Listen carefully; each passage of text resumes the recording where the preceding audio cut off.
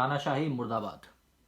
देश में आज आधिकारिक रूप से तानाशाही लागू हो चुकी है, क्योंकि देश के सबसे बड़े विपक्षी दल, लोकतंत्र में देश के सबसे बड़े विपक्षी दल के बैंक अकाउंट को चुनाव से महीने भर पहले फ्रीज कर दिया गया है, ताकि विपक्षी दल अब अपने पैसे ना खर्च कर पाएं और आर्थिक रूप से कमज़ोर हो जाएं।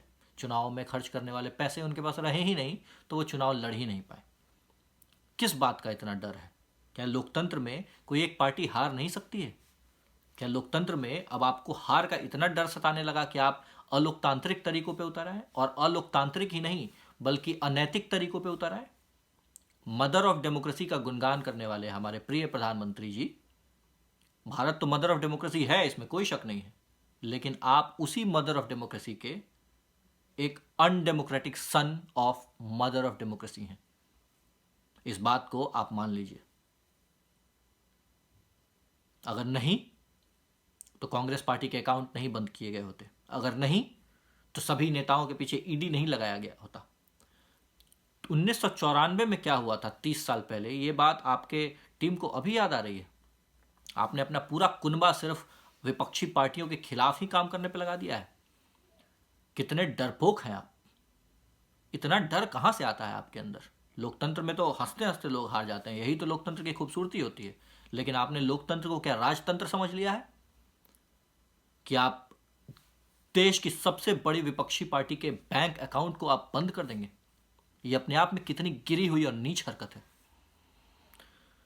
और उससे भी ज़्यादा बुरी बात यह है कि पूरे विश्व में इसके वजह से हिंदुस्तान का इमेज खराब हो रहा है, और इस इमेज को खराब होने के पीछे सिर्फ और सिर्फ आप हैं।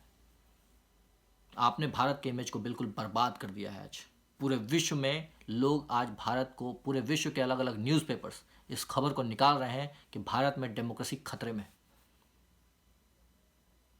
ये बहुत ही दुख की बात है और बहुत ही दर्द की बात है। जिस डेमोक्रेसी को बनाने में भारत ने अपने 70-80 साल लगाए, उस डेमोक्रेसी को आप खत्म करने पर आमादा है। मेरे प्यारे दोस्तों, आपको भी समझना होगा कि लोकतंत्र को फॉर ग्रांटेड नहीं लेना है। Never take democracy for granted. It is a continuous process. It is not something which has been given to you and you have to forget about it and it will always be there. There are people like the current ruling government and unfortunately the current Prime Minister of India and his all other, pawnies who are hell bent to destroy this democracy, to seize it.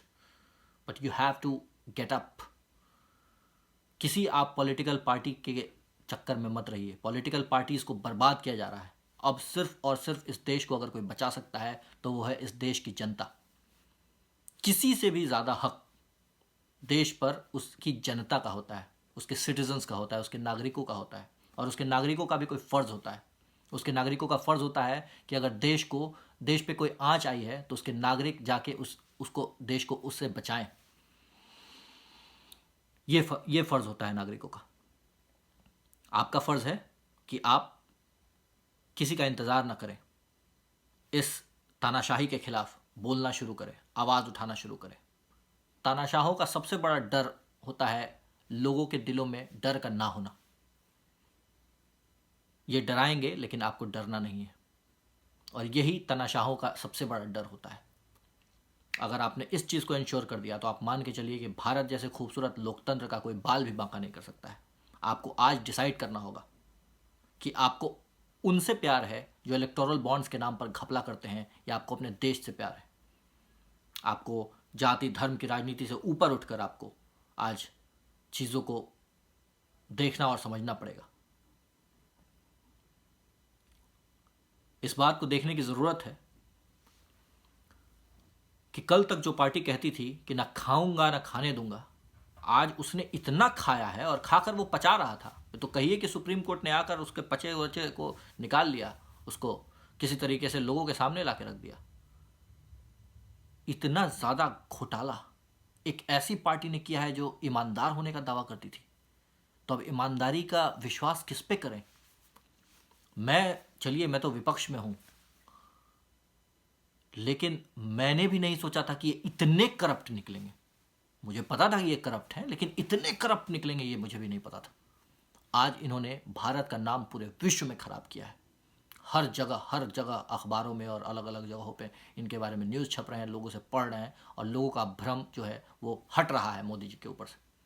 अब आपको भी देखना है, आप भाजपा को क्यों vote देते हैं। हज़ारों कंपनियों से इन्होंने पैसा लिया और उसके बदले उन्हें गलत तरीके से बिजनेस दिया।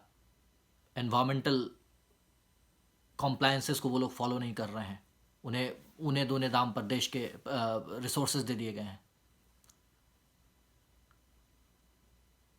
बीफ बेचने वाली कंपनियों से चंदा लिया गया है। Can you imagine, it is happening in India. Hindustan में गौ मांस बिक्री करने वाली कंपनियों से चंदा लिया गया है। कितनी बुरी बात है, और भाजपा ने ऐसा किया है। छी छी छी छी छी छी, मुझे तो शर्म आती है, शर्म आती है मुझे।